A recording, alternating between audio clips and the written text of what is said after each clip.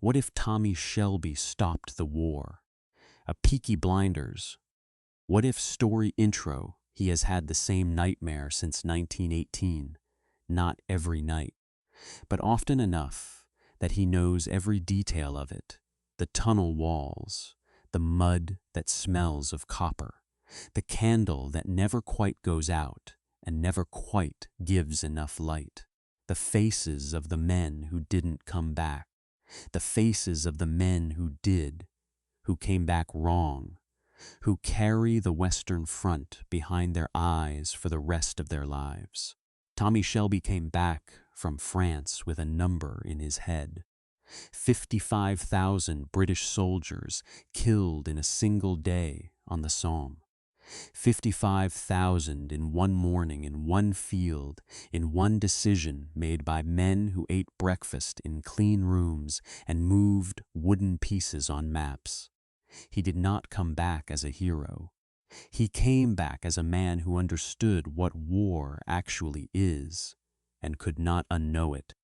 He spent the next decade building something, not just the empire, the legitimate business, the legitimate power, something that would never require him or anyone he was responsible for to go back into the mud, something that would make the Shelby family so embedded in the machinery of British power that the machinery could not exclude them, that no warrant could touch them, no government could throw them away, no general could order their sons into the next hole in the next field. By 1929, he is a member of Parliament. It is not enough. He knows it is not enough. Because in 1929, a man named Oswald Mosley walks into the House of Commons, and Tommy Shelby looks at him across the chamber and understands, with the same cold clarity that he understood the danger of the Changreta men, the danger of Inspector Campbell, the danger of every man who has ever come for him with the certainty of righteousness, exactly what Oswald Mosley is building, and what it will cost if nobody stops it. Part 1, the pattern. Tommy has a talent that has nothing to do with violence and everything to do with surviving it, the ability to see a pattern before it is finished, to look at the first 3 moves of a game and understand the end game. It is what made him useful in France in the tunnels, reading the enemy's intentions from the texture of the ground above him.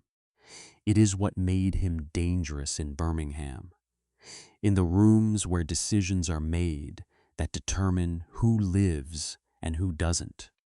He sees the pattern in Mosley from the first, the speeches, the rallies, the black shirts that arrive in 1932 and are not subtle about their inspiration, the language about national decline and racial purity and the enemies within. Tommy has read the dispatches from Germany. He has intelligence connections from the war that have never fully gone quiet, and he knows what the language means in practice. He has seen what it builds toward.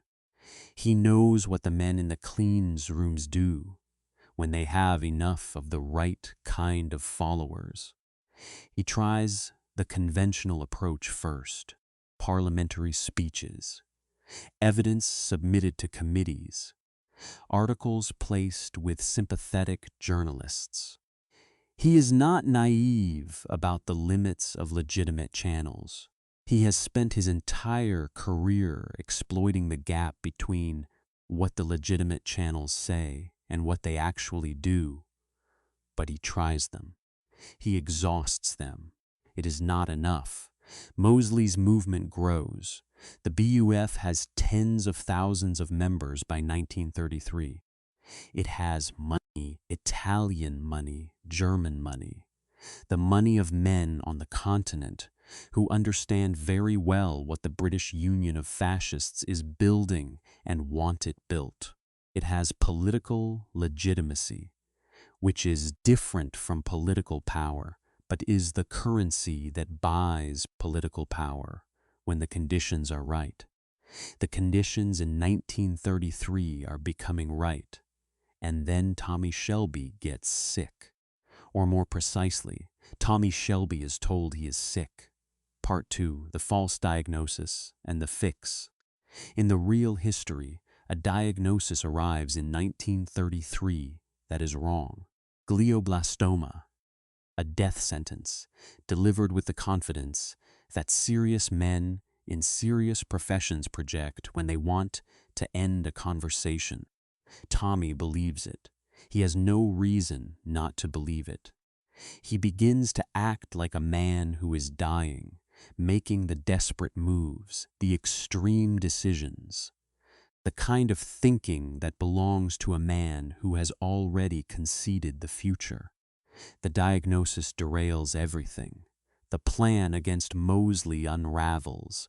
The coordination falls apart. The moment passes. In this history, the false diagnosis is caught.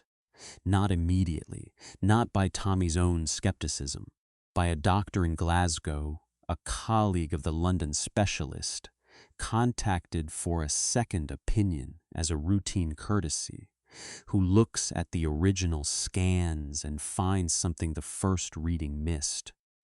Not glioblastoma, a different lesion. Serious, requiring treatment and care, but not a death sentence. Not a reason to act like a man with nothing left to lose.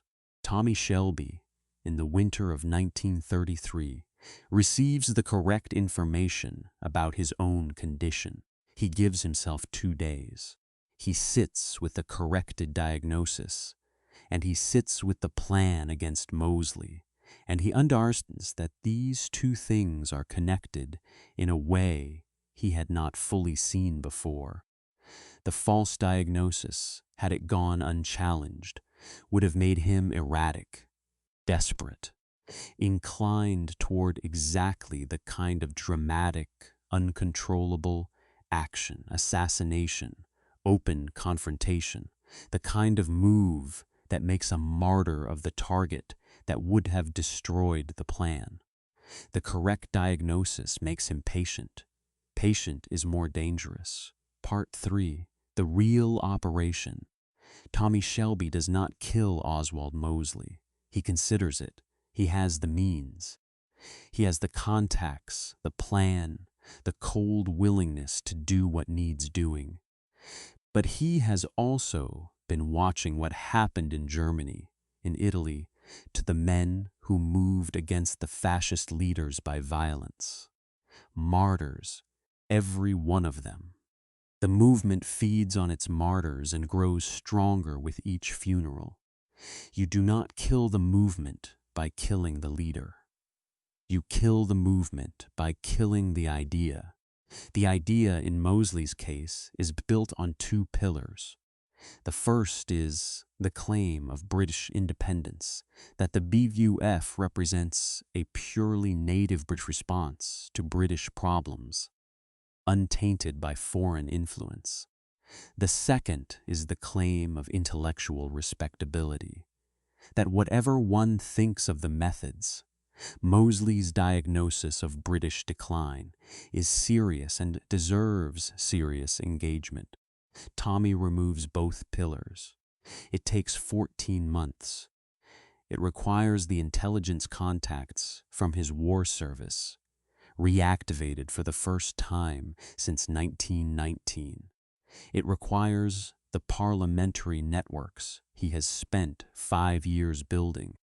It requires 3 journalists, 2 in London, 1 in Manchester, who can be trusted with information that will be verified independently before it is published. It requires a former Italian diplomat who has reason to be candid about the financial flows between Rome and the BUF in the years since 1931. Most of all, it requires patience.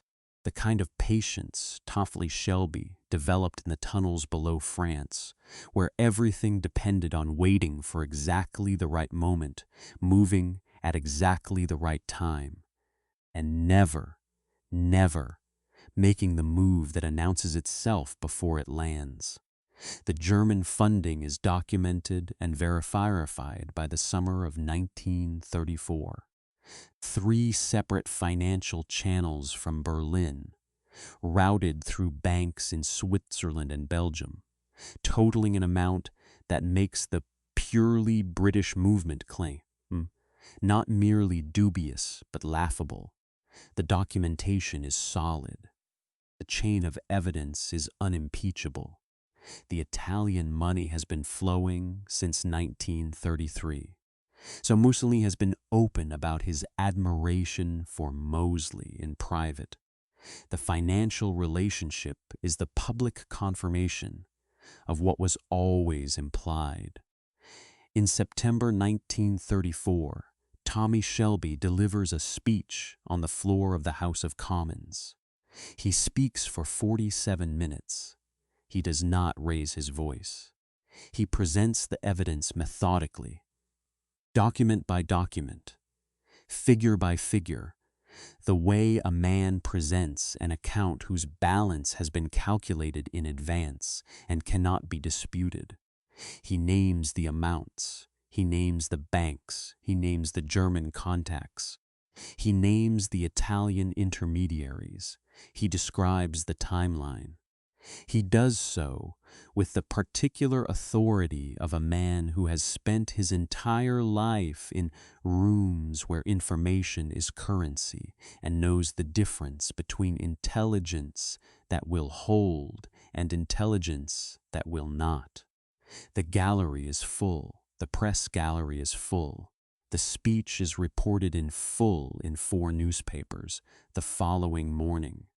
Part 4. The fall of Mosley. It does not happen at once. Nothing of this kind ever happens at once. What happens first is the fracture. The members of the BUF who joined because they believed in the national independence argument, the men and women who were genuinely convinced that this was a British movement responding to British conditions, begin to leave. Not the hardened core, never the hardened core, but the periphery, the respectable periphery. The people who needed to believe it was not what it obviously was, and who can no longer maintain that belief in the face of documented German payroll records. Then the political legitimacy begins to collapse. The newspapers that had been cautiously sympathetic, maintaining Anne on the one hand, on the other positions that allowed the BUBF to claim mainstream respectability, find they can no longer sustain the position. The evidence Tommy present did not offer them a both sides framework. It offered them facts. Mosley does not go quietly. He is too intelligent and too vain for quiet exits. He calls the documents forgeries. He threatens legal action. He gives speeches that are angrier than before, better attended by the core, worse attended by everyone else.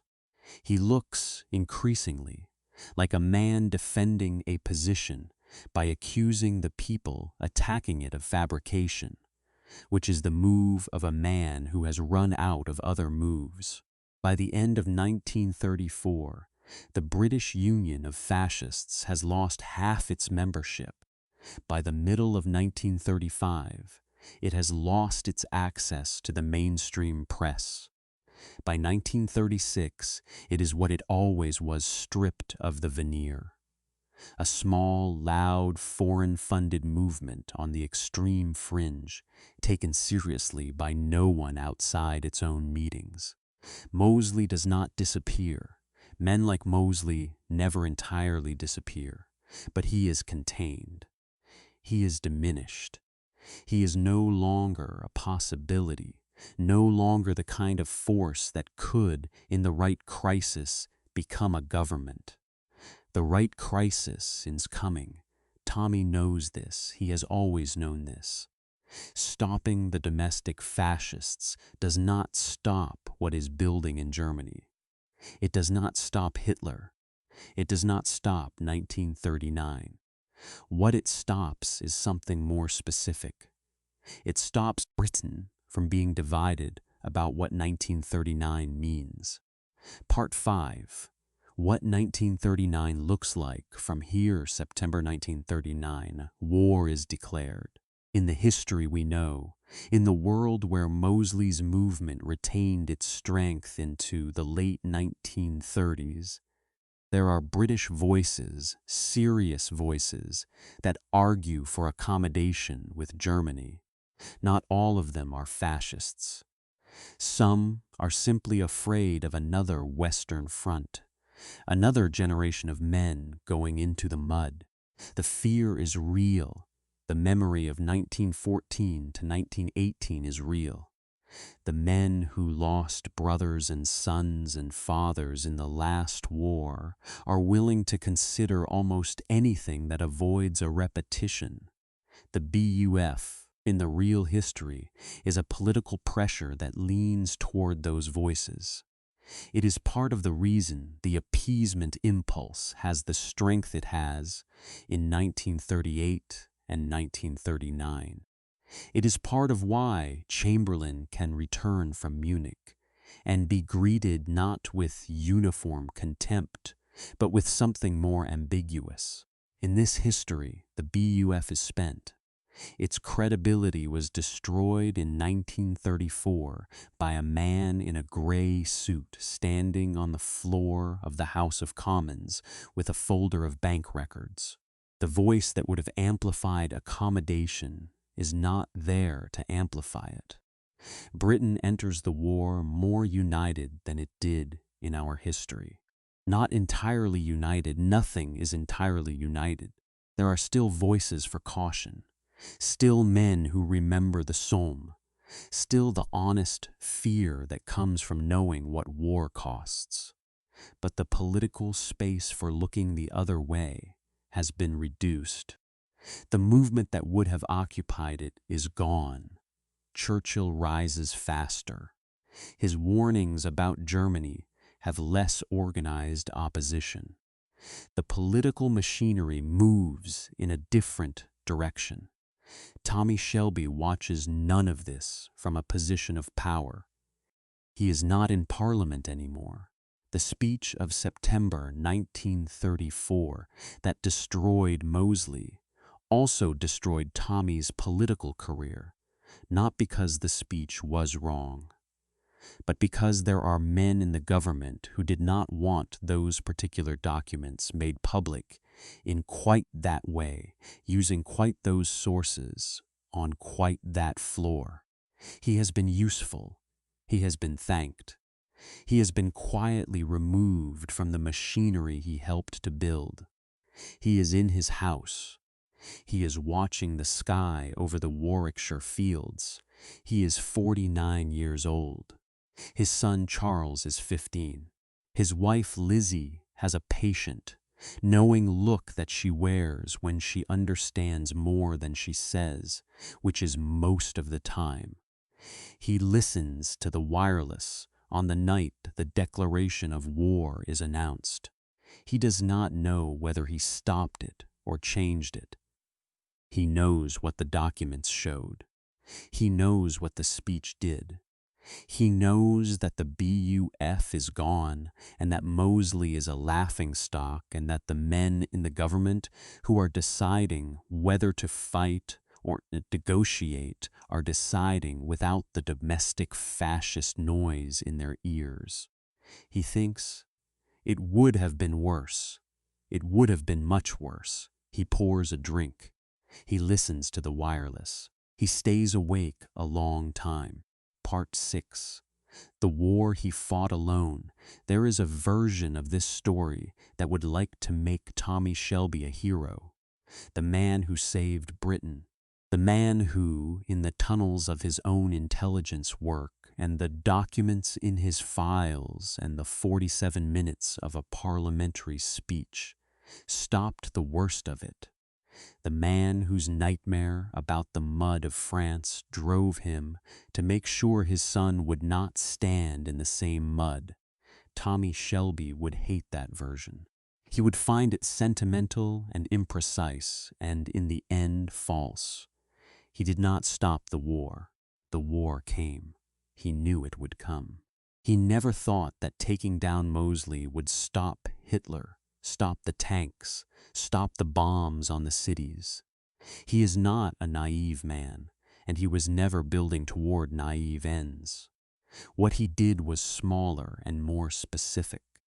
He stopped a political movement from being stronger than it had a right to be. He ensured that when Britain faced its hardest decision, whether to fight or find an accommodation, the decision was made more clearly, with less noise, with one less voice in the room arguing the wrong way. He secured the margins. In war, margins are everything. In France, in the tunnels, he learned this.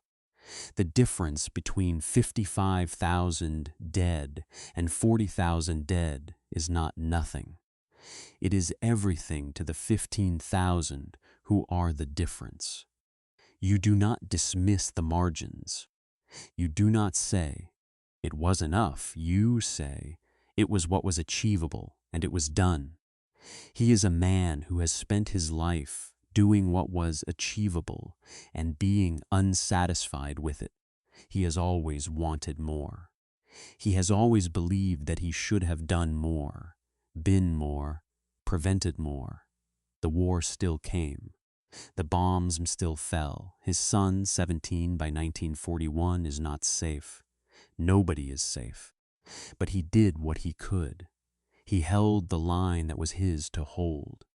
He did it without fanfare, without recognition, without the kind of public credit that the story would require if it were about a hero rather than a man. He goes to bed in his house in Warwickshire with the wireless turned off. The nightmares are still there, the tunnel, the candle, the 55,000. They will always be there. Part 7. What Charles Shelby knows. There is a morning in 1942 when Charles Shelby, 18 years old, grave-faced, his father's eyes, sits across from Tommy at the kitchen table and says, "I want to understand what you did." He does not mean the business, the violence, the empire of Small Heath. He has grown up knowing the shape of all of that. He means the speech, the documents, the folder of bank records that his father carried to the House of Commons on a Thursday morning and read aloud for 47 minutes to a full gallery. He has been reading the newspapers. He has been watching the war. He has been thinking about what Britain might have looked like if Mosley had lasted. He is young enough to have been told about it only as history, something that was dealt with, that ended, old enough to begin to understand what ending it required. I had information, Tommy says. I used it correctly. People say you destroyed your career to do it. My career served its purpose. Charles looks at him. He has, Tommy thinks, more of grace in him than he realizes, the quality of attention, the way of looking at a person as if the surface is only the beginning of the question. Was it worth it, Charles asks. Tommy is quiet for a long time. The war came anyway, he says. It was always going to come. What I did, what the speech did, I don't know if I can measure it. I know it mattered. I know it changed something. How much it changed is not something I can calculate. He pours his tea. He looks out the window at the Warwickshire morning. In France, he says, we used to count the ones who came back, not the ones who died. Everyone counted those. the ones who came back. Every man who came back was something, even if it wasn't enough. Even if the number on the other side was enormous. He hands Charles his tea. "Count the ones who come back," he says. "That's the only accounting that matters." Outro, the nightmare does not stop. The tunnel is still there. The candle is still lit. The mud still smells of copper. 55,000 is still 55,000. Tommy Shelby knows that he did not stop the war. He knows that the war that came was catastrophic, that cities burned, that another generation walked into the guns in fields across Europe and North Africa, and a dozen other places he has never seen. What he stopped was more specific and more finite. He stopped one movement from being louder than it deserved to be, at the moment when loudness mattered most. He stopped Britain from entering its hardest choice with a compromised political vocabulary. He was a man from Small Heath who went to France at 19 and came back wrong and spent 30 years trying to build something that would mean it was not for nothing, that the mud and the tunnels and the men who did not come back were not wasted, that the price was connected to something that lasted. He did not save the world. He never thought he would save the world. He held his piece of it by order of the Peaky blinders.